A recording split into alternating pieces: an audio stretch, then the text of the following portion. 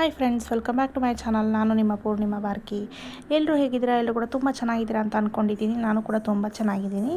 ನಾನಿವತ್ತು ಸಾಂಬಾರು ಪೌಡರ್ನ ಮಾಡ್ತಾಯಿದ್ದೀನಿ. ಹಾಗಾಗಿ ಎಲ್ಲ ಯಾವ್ದು ಎಷ್ಟೆಷ್ಟು ಬೇಕು ಅನ್ನೋದನ್ನು ಎಲ್ಲ ರೆಡಿ ಮಾಡಿ ಇಟ್ಕೊಂಡಿದ್ದೀನಿ.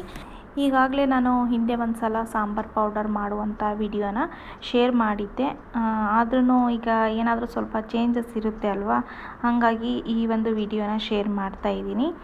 ಅದು ಅಲ್ಲದೆ ಯಾರಾದರೂ ಈಗ ವಿಡಿಯೋಸ್ನ ನೋಡಿಬಿಟ್ಟು ಸಾಂಬಾರು ಪೌಡರ್ನ ಮಾಡ್ಕೊಳ್ಳೋರು ಇರ್ತಾರಲ್ವ, ಅಂಥವ್ರಿಗೆ ಹೆಲ್ಪ್ ಆಗುತ್ತೆ ಅಂತ ನಾನು ಅಂದ್ಕೊಂಡಿದ್ದೀನಿ. ನಾನಿವತ್ತು ಮಾಡ್ತಾ ಇರುವಂಥ ಸಾಂಬಾರು ಪೌಡರ್ 1 ವರ್ಷದವರೆಗೂ ಆಗುತ್ತೆ ಅಂತ ನಾನು ಅಂದ್ಕೊಂಡಿದ್ದೀನಿ. ನೋಡಬೇಕು. ನಾನೀಗ ಯಾವ ಐಟಮ್ಸ್ನ ಎಷ್ಟೆಷ್ಟು ತೊಗೊಂಡಿದ್ದೀನಿ ಅಂದರೆ ಯಾವ ಅಳತಿನಲ್ಲಿ ತೊಗೊಂಡಿದ್ದೀನಿ ಅನ್ನೋದನ್ನು ಹೇಳ್ಬಿಡ್ತೀನಿ. ಫಸ್ಟ್ ಧನ್ಯ ಬೀಜನ 1 kg ತೊಗೊಂಡಿದ್ದೀನಿ. ನೆಕ್ಸ್ಟ್ ತೊಗರಿಬೇಳೆನ 1/4 kg ತೊಗೊಂಡಿದ್ದೀನಿ. ಹೆಸರು ಕಾಳನ್ನ 1/4 kg ತೊಗೊಂಡಿದ್ದೀನಿ. ನೆಕ್ಸ್ಟ್ ಕಡಲೆಬೇಳೆನ 1/4 kg ತೊಗೊಂಡಿದ್ದೀನಿ. ಕಾಳು ಮೆಣಸು 50 ಗ್ರಾಮ್, ಸಾಸಿವೆ 100 ಗ್ರಾಮ್, ಚಕ್ಕೆ 25 ಗ್ರಾಮ್, ಲವಂಗ 25 ಗ್ರಾಮ್ ಮತ್ತು ಅರಿಶಿಣನ 50 ಗ್ರಾಮ್ ತೊಗೊಂಡಿದ್ದೀನಿ. 1 ಕಟ್ನಷ್ಟು ಕರಿಬೇವಿನ ಸೊಪ್ಪನ್ನು ತೊಗೊಂಡಿದ್ದೀನಿ. ಕರಿಬೇವಿನ ಸೊಪ್ಪಿನ ಎಲೆ ಬಿಡಿಸ್ಕೊಂಡು ನಾನು ಅದನ್ನು ಕ್ಲೀನಾಗಿ ತೊಳೆದ್ಬಿಟ್ಟು ನೆರಳಲ್ಲೇ ಒಣಗಿಸಿ ಇಟ್ಕೊಂಡಿದ್ದೀನಿ. 350 ಗ್ರಾಮ್ನಷ್ಟು ಜೀರಿಗೆ ತೊಗೊಂಡಿದ್ದೀನಿ. ಕಡಲೆಕಾಳು 1/4 kg, ಉದ್ದಿನಬೇಳೆ 50 ಗ್ರಾಮ್, ಅಕ್ಕಿ 2 ಟೇಬಲ್ ಸ್ಪೂನ್, ಮೆಂತೆಕಾಳು 50 ಗ್ರಾಮ್ ಮತ್ತು ಇಂಗನ್ನ 25ರಿಂದ 30 ಗ್ರಾಮ್ನಷ್ಟು ತೊಗೊಂಡಿದ್ದೀನಿ. ನಾನಿಲ್ಲಿ 3 ತರಹದ ಒಣಮೆಣಸಿನ್ಕಾಯಿನ ತೊಗೊಂಡಿದ್ದೀನಿ. ಬ್ಯಾಡಗಿ ಮೆಣಸಿನ್ಕಾಯಿ 1/2 kg, ಗುಂಟೂರು ಮೆಣಸಿನ್ಕಾಯಿ 1/4 kg, ಚೋಟ ಮೆಣಸಿನ್ಕಾಯಿನ 1/4 kg ತೊಗೊಂಡಿದ್ದೀನಿ. 3 ತರಹದ ಮೆಣಸಿನ್ಕಾಯನ್ನು ನಾನು ಬಿಸಿಲಲ್ಲಿ ಚೆನ್ನಾಗಿ ಒಣಗಿಸಿ ತೊಟ್ಟನ್ನು ತೆಗೆದಿಟ್ಕೊಂಡಿದ್ದೀನಿ. ಮತ್ತು ಇನ್ನು ಮಿಕ್ಕಿರೋ ಐಟಮ್ಸ್ ಏನಿದ್ದಾವೆ ನೋಡಿ, ಅದನ್ನೆಲ್ಲನೂ ಕ್ಲೀನ್ ಮಾಡಿಕೊಂಡು 1 ದಿನ ನಾನು ಬಿಸಿಲಿಗೆ ಹಾಕಿ ಇಟ್ಕೊಂಡಿದ್ದೀನಿ. ಬಿಸಿಲು ತುಂಬ ಸ್ಟ್ರಾಂಗಾಗಿತ್ತು, ಹಾಗಾಗಿ ನಾನು ಒಂದೇ ದಿನ ಬಿಸಿಲಿಗೆ ಹಾಕಿ ಎತ್ತಿಟ್ಕೊಂಡಿದ್ದು. ಇನ್ನು ಕರಿಬೇವಿನ ಸೊಪ್ಪನ್ನು ನೆರಳಲ್ಲೇ ಒಣಗಿಸಿದ್ದೆ. ಇದನ್ನೆಲ್ಲ ಲೋ ಫ್ಲೇಮಲ್ಲಿ ಚೆನ್ನಾಗಿ ಹುರಿದಿದ್ದೀನಿ. ವಿಡಿಯೋ ದೊಡ್ಡದಾಗುತ್ತೆ ಅಂತ ನಾನು ಹುರಿಯೋದೇನೋ ವಿಡಿಯೋ ಮಾಡ್ಕೊಂಡಿಲ್ಲ. ಹುರಿದಾದ ನಂತರ ಸ್ವಲ್ಪ ತಣ್ಣಗಾಗೋದಕ್ಕೆ ಬಿಟ್ಬಿಟ್ಟು ನಂತರ ಮಿಲ್ಗೆ ಹಾಕಿಸ್ಕೊಂಡು ಬಂದಿದ್ದೀನಿ. ಈ ಥರ ಪುಟ್ಟ ಬರಣಿಲಿ ಹಾಕಿ ಇಟ್ಕೊಂಡಿದ್ದೀನಿ. ಒಂದರಲ್ಲಿ ಸಾಂಬಾರು ಪೌಡ್ರನ್ನ ಹಾಕಿ ಇಟ್ಕೊಂಡಿದ್ದೀನಿ, ಇನ್ನೊಂದರಲ್ಲಿ ಖಾರದ ಪುಡಿನ ಹಾಕಿ ಇಟ್ಕೊಂಡಿದ್ದೀನಿ. ಸಾಂಬಾರು ಮಾಡಿದ್ದೆ ತುಂಬ ರುಚಿಯಾಗಿತ್ತು. ಈಗ ನಾನು ಮಾಡ್ಕೊಂಡಂತಹ ಸಾಂಬಾರು ಪೌಡ್ರು ಮತ್ತು ಖಾರದ ಪುಡಿನ ಹಾಕಿಬಿಟ್ಟು ಸಾಂಬಾರು ಮಾಡಿದ್ದೆ. ಸಾಂಬಾರಂತೂ ತುಂಬ ರುಚಿಯಾಗಿತ್ತು ಮತ್ತು ಕಲರ್ ಕೂಡ ತುಂಬ ಚೆನ್ನಾಗಿ ಬಂದಿತ್ತು. ನೀವು ಒಂದ್ಸಲ ಟ್ರೈ ಮಾಡಿ, ತುಂಬ ಚೆನ್ನಾಗಾಗಿದೆ. ನಾನು ಸ್ವಲ್ಪ ಈ ಥರ ಚಿಕ್ಕ ಭರಣಿನಲ್ಲಿ ಹಾಕಿ ಇಟ್ಕೊಂಡಿದ್ದೀನಿ. ಇನ್ನು ಮಿಕ್ಕಿರೋದನ್ನು ಕ್ಲೀನಾಗಿ ಡಬ್ಬದಲ್ಲಿ ಹಾಕಿ ಇಟ್ಕೊಂಡಿದ್ದೀನಿ. ಯಾರಾದರೂ ಚಾನಲ್ನ ಸಬ್ಸ್ಕ್ರೈಬ್ ಮಾಡ್ಕೊಳ್ಳದೆ ವೀಡಿಯೋಸ್ನ ನೋಡ್ತಾ ಇದ್ದರೆ ಅವರೆಲ್ಲ ದಯವಿಟ್ಟು ಚಾನಲ್ನ ಸಬ್ಸ್ಕ್ರೈಬ್ ಮಾಡಿಕೊಂಡು ವೀಡಿಯೋಸ್ನ ನೋಡಿ. ನಂತರ ಮಕ್ಕಳು ಸ್ಕೂಲ್ ಫಂಕ್ಷನಲ್ಲಿ ಡ್ಯಾನ್ಸ್ ಮಾಡಿರುವಂಥ ವಿಡಿಯೋ ಇತ್ತು, ಅದನ್ನು ಶೇರ್ ಮಾಡಿದ್ದೀನಿ. ವಿಹಾರಿಕಾ LKG, ಸಾನ್ವಿಕಾ UKG ಇದ್ದಾಗ ಮಾಡಿರುವಂಥ ಡ್ಯಾನ್ಸ್ ಇದು. ವಿತ್ ಸಾಂಗ್ ವಿಡಿಯೋ ಹಾಕಿದರೆ ನಾನು ಚೆನ್ನಾಗಿರ್ತಾಯಿತ್ತು, ಬಟ್ ಕಾಪಿರೈಟ್ ಬಂದುಬಿಡುತ್ತೆ ಅಂತ ನಾನು ಮ್ಯೂಟ್ ಮಾಡಿದ್ದೀನಿ. ಯಾವುದೋ ಒಂದು ಬೇರೆ ಮ್ಯೂಸಿಕ್ ಹಾಕಿಬಿಟ್ಟು ನಾನು ಇಲ್ಲಿ ಎಡಿಟ್ ಮಾಡಿದ್ದೀನಿ.